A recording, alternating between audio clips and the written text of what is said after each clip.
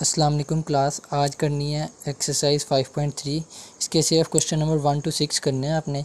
ये सब एक ही मेथड से होने हैं, इसलिए मैं सिर्फ एक क्वेश्चन करवाऊंगा इनका। तो अब जैसे पहला क्वेश्चन देखते हैं। Maximise F X Y is equal to 2x + 5 subjects to the constraints 2x - y less than equal to 8, x - y less than equal to 4, x greater than equal to 0, y greater than equal to 0। अब इस exercise में दो type के question आएंगे, maximise और minimise. उसने क्या किया होगा, एक फंक्शन दिया होगा। अब जैसे इसमें दिया है F X Y equal to 2x + 5 है, उसने कहा होगा कि इसको या तो मैक्सिमाइज़ करो या मिनिमाइज़ करो, और साथ कुछ इनइक्वालिटीज़ दी होंगी। इनमें कैसे हमने मैक्सिमाइज़ और मिनिमाइज़ करना है, जो उसने इनइक्वालिटीज़ दी होंगी और जो कंडीशंस दी होंगी उसकी मदद से हमने ग्राफ बना लेना है, कर्व उसकी शेडिंग कर लेनी है। उसके बाद उसके कॉर्नर पॉइंट्स फाइंड कर लेने हैं। उसके बाद क्या करना है, जो कॉर्नर पॉइंट्स आएंगे उसको उस फंक्शन में पुट करेंगे जिसको हमने मैक्सिमाइज़ और मिनिमाइज़ करना, मैक्सिमाइज़ या मिनिमाइज़ करना है। फंक्शन में पुट करके उनकी वैल्यूज़ निकाल लेंगे।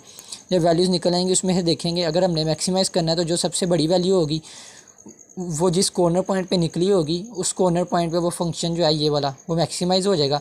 और अगर हमने मिनिमाइज़ करना है तो जिस कॉर्नर पॉइंट पे सबसे छोटी वैल्यू निकली होगी उस कॉर्नर पॉइंट पे ये जो फंक्शन है वो मिनिमाइज़ हो जाएगा। तो इस तरह ये क्वेश्चन करना है। तो अब इनमें से एक क्वेश्चन देख लेते हैं। अब ये एक मैंने क्वेश्चन किया, इसमें हमने maximise z is equal to 2x + 3y करना है। ये एक फंक्शन है z is equal to 2x + 3y, इसको हमने मैक्सिमाइज़ करना है। और आगे ये तीन इनइक्वालिटीज़ दी हैं और ये कंडीशन दी है। तो पहले क्या करेंगे, पहले इन तीनों इनइक्वालिटीज़ के अलग अलग वो 4 पॉइंट्स लिखेंगे। एसोसिएटेड इक्वेशन आ गई, उसके बाद इंटरसेप्ट पॉइंट, टेस्ट पॉइंट और एक क्लोज ऑफ प्लेन आ गए। अब ये सारी चीज़ें आपको ज़्यादा बताने की ज़रूरत नहीं है, ये आपको पहले से ही पता है। तो ये तीनों इक्वेशन, तीनों इनइक्वालिटीज़ की ये चार ये जो पॉइंट्स हैं ये लिख लेने हैं। और उसके बाद आप इसका कर्व ग्राफ देख लेते हैं। ये इसका ग्राफ है। जो सबसे पहले इनइक्वालिटी थी उसके जो इंटरसेप्ट पॉइंट आए थे वो था x4 और y3 था। ये x4 आ गया और ये y3 आ गया। इन दोनों पॉइंट्स को मिलाएंगे और ये लाइन एक्सटेंड कर देंगे तो ये कौन सी लाइन आ जाएगी, ये फर्स्ट इनइक्वालिटी की लाइन आ जाएगी 3x + 4y is equal to 12। उसके बाद सेकंड जो लाइन थी इनइक्वालिटी, उसके कॉर्नर पॉइंट्स से x की वैल्यू 2 और y की वैल्यू 4, ये दो पॉइंट्स आ गए। इन दोनों को मिला देंगे और लाइन एक्सटेंड कर देंगे तो ये लाइन आ जाएगी 2x + y is equal to 4। इसके बाद जो थर्ड लाइन है या इनइक्वालिटी है उसके पॉइंट से y - 4 है और x 1 है, ये दो पॉइंट आ गए। इन दोनों को मिला देंगे और ये लाइन आ जाएगी 4x - y is equal to 4। अब शेडिंग किस तरह करनी थी, शेडिंग थी तीनों इनइक्वालिटीज़ के ग्राफ जो है वो टुवर्ड्स ओरिजिन थे, यानी तीनों की शेडिंग हमने टुवर्ड्स ओरिजिन करनी थी। तो क्या करेंगे, अगर ये लाइन देखें इसकी शेडिंग क्या आ रही है, लेकिन उसने साथ कंडीशन भी दी थी x greater than equal to 0, y greater than equal to 0, यानी कि सिर्फ फर्स्ट क्वाड्रेंट में रिस्ट्रिक्ट करना है हमने। फर्स्ट क्वाड्रेंट में शेडिंग होगी, इससे बाहर नहीं जाना। तो अगर ये लाइन देखें इसकी शेडिंग क्या हो रही है, इसकी लाइन शेडिंग हो रही है इतने पोर्शन में, ये यहाँ तक ये। उसके बाद ये वाली लाइन देखिए उसकी शेडिंग हो रही है यहाँ तक। तो पहली बात तो ये है कि ये इतने पोर्शन से आगे जाने की बजाय इधर यहाँ तक ही रुक गई है। उसके बाद ये जो लाइन है इसकी शेडिंग है इस लाइन तक, ये यानी यहाँ तक। तो अब ये पीछे भी जाने की बजाय इतनी रुक गई है, तो शेडिंग क्या आएगी, सिर्फ इतने पोर्शन में आएगी। जो इन तीनों का कंबाइंड पोर्शन है ये इतने पोर्शन में शेडिंग कर दी।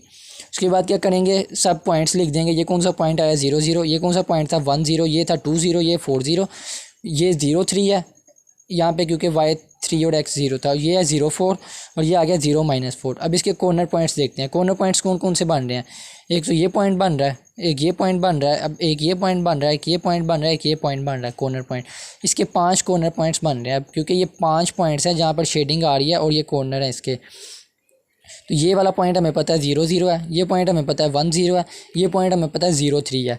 अब ये दो पॉइंट्स नहीं हमें पता, ये दो पॉइंट्स कैसे फाइंड करेंगे। ये जो पॉइंट है ये इस लाइन का और इस लाइन का, इसका ये पॉइंट है जहाँ पर ये दोनों लाइंस मिल रही हैं। उसके अलावा ये जो पॉइंट है यहाँ, ये कौन सा पॉइंट है, यहाँ पर ये दो लाइंस मिल रही हैं। तो क्या करेंगे, ये पॉइंट फाइंड करने के लिए इन दोनों लाइंस को पहले, अगर ये पॉइंट फाइंड करना है तो ये वाली लाइन और ये वाली लाइन जो इनकी इक्वेशंस है उनको साइमल्टेनियसली सोल्व कर लेंगे। और ये पॉइंट फाइंड करने के लिए इन दोनों लाइन्स को साइमल्टेनियसली सोल्व कर लेंगे।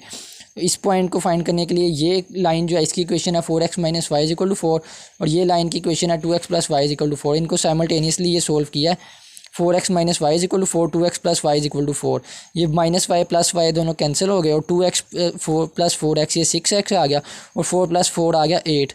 तो एक्स की वैल्यू आ जाएगी 8/6 जो कि होता है 4/3 के इक्वल। अब इस एक्स की वैल्यू को हम किसी भी क्वेश्चन में पुट कर देंगे तो वो वाई का आंसर आ जाएगा 4/3। एक्स और वाई के आंसर क्या आ गया 4/3 और 4/3, तो ये पॉइंट हमने लिख दिया 4/3 4/3।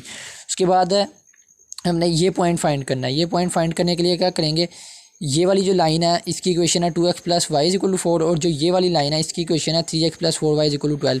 इन दोनों को साइमल्टेनियसली सोल्व करेंगे। ये दो लाइंस की इक्वेशन लिख ली। अब क्या करेंगे, यहाँ पे 4y है, यहाँ पे y है, तो इस y को भी 4 से मल्टीप्लाई, इस पूरी इक्वेशन को 4 से मल्टीप्लाई कर देंगे ताकि ये दोनों इक्वल हो जाएं और कैंसिल हो जाएं।